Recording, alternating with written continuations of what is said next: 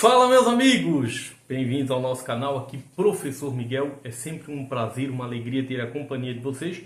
Nós estamos fazendo uma série de vídeos aí comentando o governo dos presidentes do período chamado Nova República, que é pós-regime governo militar no Brasil, né? Então começa com a eleição de Tancredo Neves, que acabou não tomando posse. Então nós já temos um videozinho aí falando do governo Sarney, do Collor, do Itamar, do FHC, e hoje nós vamos falar do Luiz Inácio Lula da Silva, começando pelo fato de que o nome Lula foi incorporado depois ao nome dele. O Lula ele foi o primeiro operário a tornar-se presidente da República no Brasil e junto com o José Maria Emael foi o brasileiro que mais vezes candidatou-se à presidência da República, 6 vezes no total. No caso do Lula, com 3 vitórias e 3 derrotas. Bom, o Lula ele começou a destacar-se na vida pública nacional, comandando greve dos trabalhadores metalúrgicos na Grande São Paulo. A partir daí ele começou a tornar-se nacionalmente conhecido. Na época do regime militar chegou a ser preso por conta dessas greves que ele comandava. Nas eleições de 82, ele foi candidato a governador de São Paulo, ficou em 4º lugar aí, com cerca de 11% dos votos.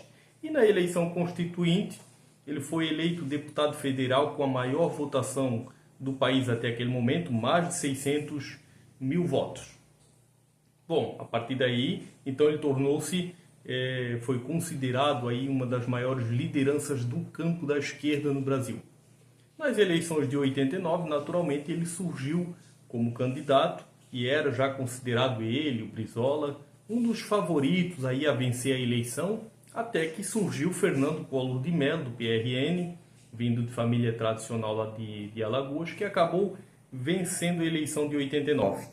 Bom, com o impeachment do Collor, o Lula tornou-se favorito a ser eleito na eleição de 94, porém eles não contavam com o Plano Real, que acabou dando popularidade a Itamar, e Itamar conseguiu eleger Fernando Henrique, e o Fernando Henrique conseguiu ser reeleito em 98. Então, na sua 4ª tentativa, na eleição de 2002, Lula começou favorito e durante a campanha foi ameaçado, vamos dizer assim, em alguns momentos, de ser ultrapassado nas pesquisas pela Rosiana Sarney. Para quem não lembra, aí, a Rosiana foi pré-candidata, acabou desistindo, não chegou aí a consolidar a candidatura, teve um problema, algumas denúncias, mas é assunto para um outro vídeo. Depois ele foi ameaçado com a subida do Ciro Gomes nas pesquisas, que chegou a empatar com Lula, vencia Lula nas simulações de segundo turno. Depois o Ciro acabou desidratado ali, terminou em 4º lugar. E o Lula conseguiu então ir para o segundo turno contra o José Serra, que era o candidato do governo do presidente Fernando Henrique. Bom, o Fernando Henrique ele não conseguiu fazer o sucessor porque ele teve alguns problemas no segundo mandato, vamos dizer assim. A começar pela crise cambial de 1998, ali pós-eleição, pós-reeleição do Fernando Henrique, que fez com que a taxa de juros explodisse, que o dólar disparasse. E em 2001, para quem não lembra, teve os chamados apagões aí no Brasil, a crise energética. Então o governo do Fernando Henrique acabou chegando desgastado em 2002, indicando que o povo ia querer mudança. Bom, esse cenário, então, Lula disputou a eleição, foi para o segundo turno contra José Serra e foi eleito com 60% dos votos. Essa costura aí ela foi possível graças a algumas artimanhas. Depois de perder 3 campanhas presidenciais, o PT começou a mudar a sua estratégia. Então, aproximou-se dos setores da economia, colocou o mineiro José Alencar, que era um grande empresário brasileiro, como vice. Escreveu uma carta ao povo brasileiro comprometendo-se com a estabilidade econômica, com os contratos internacionais, com o pagamento das dívidas públicas, etc. Ou seja, de não cometer aí nenhuma mudança brusca na condução econômica do país. Então isso acabou encontrando a confiança dos brasileiros. E, inclusive, quando o Lula ganhou, ele chamou para ser o presidente do Banco Central, na época indicado pelo presidente da República, o Henrique Meirelles, que era banqueiro, foi presidente mundial do Banco de Boston e inclusive havia sido eleito deputado federal pelo estado de Goiás, com a maior votação do estado, pelo PSDB. Então, foi um nome que de imediato já acalmou o mercado. E o Lula, no primeiro mandato dele, conseguiu implementar os programas sociais que ele havia prometido na campanha.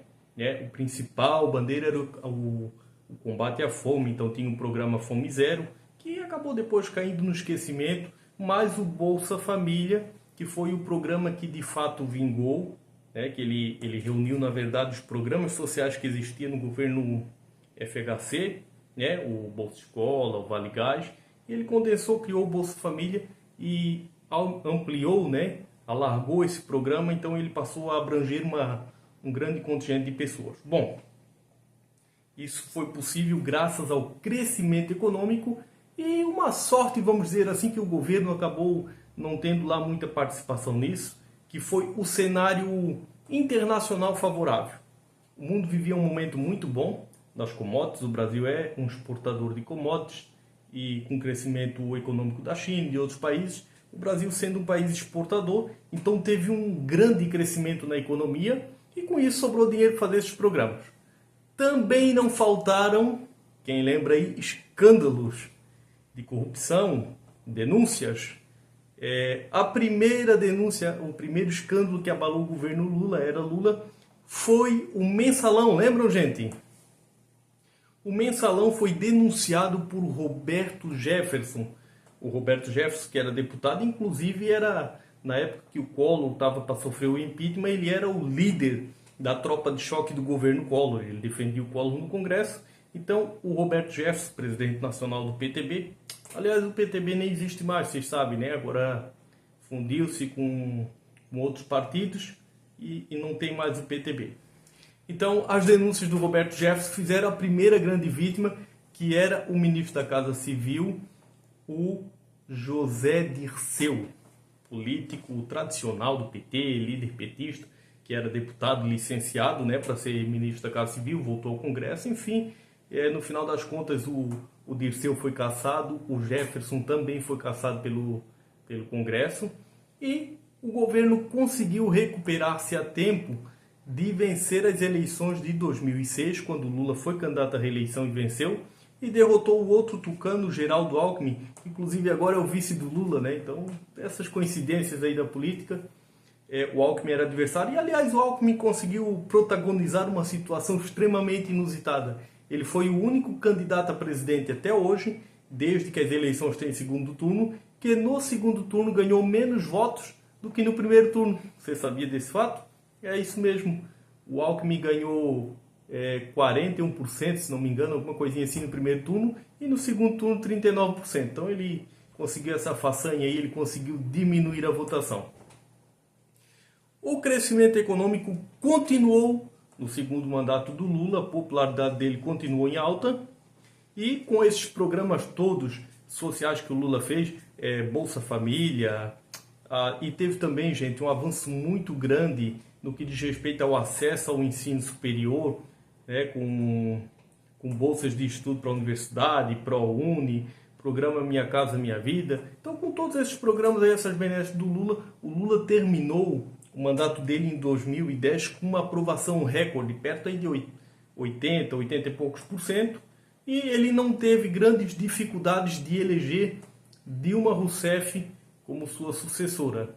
A Dilma, que nunca não era habituada a disputar eleições, era uma política, vamos dizer assim, que fez a sua carreira em cargos técnicos, em secretarias, em ministérios, mas a chancela do Lula, a Dilma Rousseff, foi eleita, derrotou José Serra, que já havia perdido para o Lula em 2002. E depois Lula voltou à presidência, mas isso é assunto para um vídeo posterior. Bom, tem muitas coisas para falar do Lula, mas o vídeo ficaria gigantesco, né? Teve muita denúncia de corrupção também, não sei se vocês lembram, a Operação Lava Jato, vários políticos ligados ao PT acabaram presos, acabaram condenados. O próprio Lula acabou preso, né? Ficou vários dias preso lá em Curitiba. O João Vacari Neto, que chamava de pichuleco aí as propinas, o money que era recebido. Então teve vários escândalos.